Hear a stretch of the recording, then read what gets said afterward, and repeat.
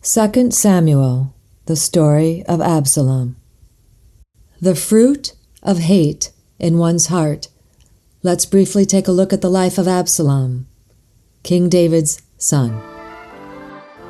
After the rape of Tamar, hate brewed in Absalom's heart for 2 years.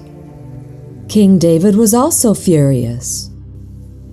We learn that one can be furious but not vengeful. Also, one can be furious and hate and plot evil. Absalom thinks he is better than his father David because David did not do anything about the rape. Absalom kills Amnon. Absalom ruled over sheep shearers. David still thinks innocently of his son, gives him his blessing. Absalom mimics his father, "Be strong and brave," as he orders Amnon's death. Then Absalom flees for 3 years. David longs to go to Absalom, and he is consoled concerning Amnon's death. That was a summary of chapter 13. Let's take a look at chapter 14. In chapter 14, Absalom is brought back to Jerusalem after the wise women tells a made-up story to Joab. King has wisdom like an angel of God. Absalom lives 2 years in Jerusalem without seeing King David. Joab refuses to send Absalom to the king. Joab refuses to go to Absalom also. Absalom sets Joab's field on fire. Absalom is praised for his handsomeness.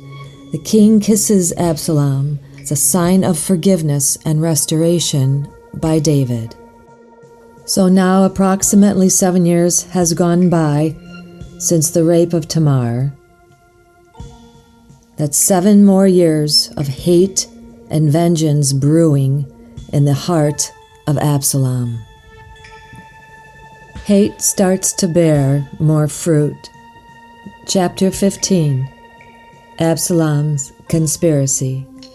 And even after being kissed by his father, does Absalom really concern himself with being forgiven and restored?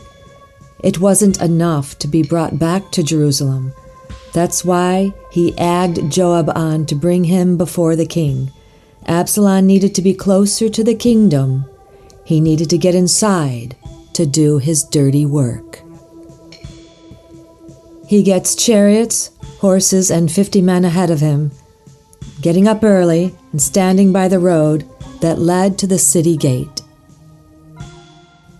Absalom boasts, brags, and in his hateful vengeance arrogance, obviously never forgot how he justified Tamar's rape. He speaks to the people, "Their claims are valid and proper. You have a right to be heard. There is no one to help you today. If only I were judge, then everyone would come to me, and I would see that he gets justice." Absalom continues to steal the hearts of the people with kisses. Yes, they are betrayed with kisses. He acted as king, imitating what he learned from his father David, and he did this for 4 years. Now he's about 11 years into his plan, all from the root of a vengeful, hateful heart, a root of bitterness. Absalom has grown in strength, in power, in the loyalty of the people, and the anger has gotten stronger, and he's feeling more validated for what he is conspiring to do. Come on now, he waited out 2 years scheming Amnon's death. He hid for 3 years. He was brought back and lived in Jerusalem 2 more years. What's 4 more years planning a conspiracy? These things take time. Then the ultimate, lies to his father, King David, saying that he made a vow to God If God brings me back to Jerusalem, I will worship him in Hebron. In chapter 15, verse 10, Absalom now declares himself king. 200 men went as guests with Absalom, while secret messengers went throughout the tribe of Israel. The guests were innocent and knew nothing of the conspiracy. This act was designed to make it look as though God had indeed anointed Absalom as king. King David flees because he knows Absalom has enough people to overthrow the kingdom and to kill him and all his family in the palace. They weep as they flee to the desert. Ahithophel was David's counselor and sided with Absalom. David was told this and prayed that God would make his counsel foolishness to Absalom. David sends Hushai to Absalom as a spy to pretend he has sided with Ahab and to frustrate Ahithophel's counsel. Do you really think spiritual gifts are useful when against God? Saul's clan curses David and says God is paying him back for all his bloodshed. We notice here that at times certain people can't discuss if this is from God or the devil. But David is not concerned or worried because he humbles himself. If it is from the Lord, fine. If not, fine. God will do what needs to be done. Hushai, David's friend, pretends to hail King Absalom. Ahithophel gives advice. Ahithophel says to Absalom, "Sleep with all 10 concubines to mock David." Ahithophel says to seek out David, kill only David, and bring everyone else back alive and unharmed. Absalom asks Hushai what he thinks. He says, "No, this is not good. Take everyone and you and go fight David." David gets the word to flee. Ahithophel hangs himself when he realizes his advice was not followed. He knows he's a dead man. Food is brought to David and his troops. This ends in 2 Samuel chapter 18, Absalom's death.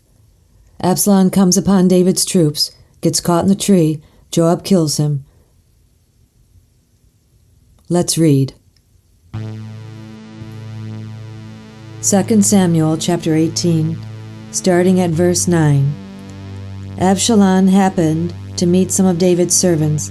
Absalom was riding his mule, and as the mule walked under the thick branches of a big terebinth tree, his head got caught in the tree, so that he was left hanging between earth and sky, as the mule went on from under him.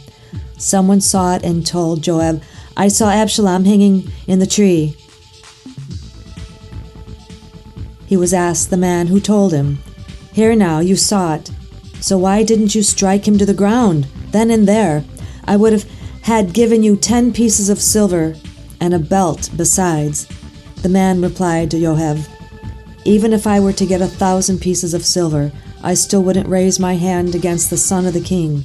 After all, while we were listening, the king ordered you, Abishai and Ittai, be careful that no one touches young Absalom. Or, if I had pretended that I didn't know, the king would have known otherwise anyway, and you wouldn't have interceded for me either." Joab said, "I can't waste time arguing with you." He took 3 darts in his hand and rammed them through Absalom's heart while he was still alive, hanging from the tree. Then Joab's 10 young armor-bearers surrounded Absalom, struck him, and killed him. In Absalom's pride and arrogance, verse 18 states in his own lifetime he had taken and raised for himself the pillar which stands in the king's valley, because he said, "I don't have a son to preserve the memory of my name." So he named the pillar after himself, and it's called Absalom's monument to this day.